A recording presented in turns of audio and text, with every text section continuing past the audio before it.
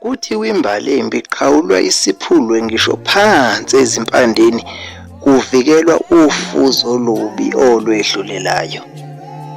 Jesu kuthiwa wathi ngakujikela uJudasi Iskariyoti safa noma saphila ingunaphakade.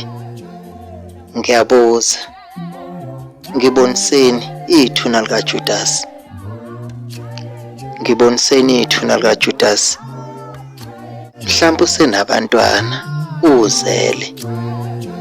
NjengoJesu, ngidabuka kusona isicuku somakhelwane, sabangani, sabegazi. Ngiphume ngintengezela, ngibheke emuva njengomfazi kaBaba uLothi kwezeBhayibheli ezwela abasemzini. Yeyi, ithi ngujele, abegazi bafana negazi elisemzimbeni. Lona olamba likhona, uzace likhona. Futhi ungazufe nje likhona. Ngiyadlala, umuntu akafe nabakwabo.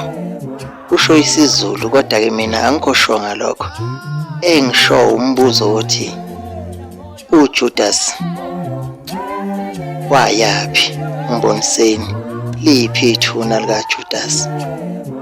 Kodwa sajikela ngabantu esibathembayo, kanti bangabazenzisa uqobo lwabo.